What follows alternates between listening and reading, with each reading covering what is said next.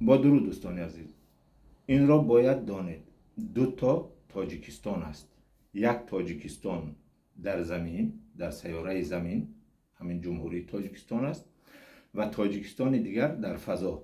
مناظر میگویم، با دقت گوش کنید، کوشش میکنم کوتاه. 8 سیاره با نام عالم های تاجیکستان هستند در فضا.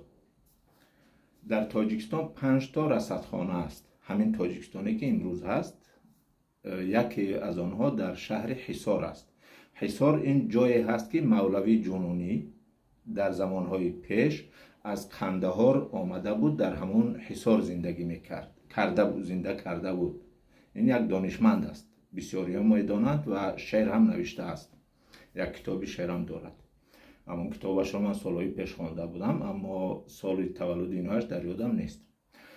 خب، عالم های تاجیکستان در همین ساحه کار کردن، برای همین با نام 7 عالم همان سیاره ها مانده شدند. غیر این باز رقم دارند و یک سیاره دیگر را که پوره سال 1970 میلادی دانشمندان تاجیک کشف کردند در حصار، با نام تاجیکستان نامگذاری شده است. کدام رقم است در یادم نیست، اما نامش تاجیکستان است. بله، این تاجیک است.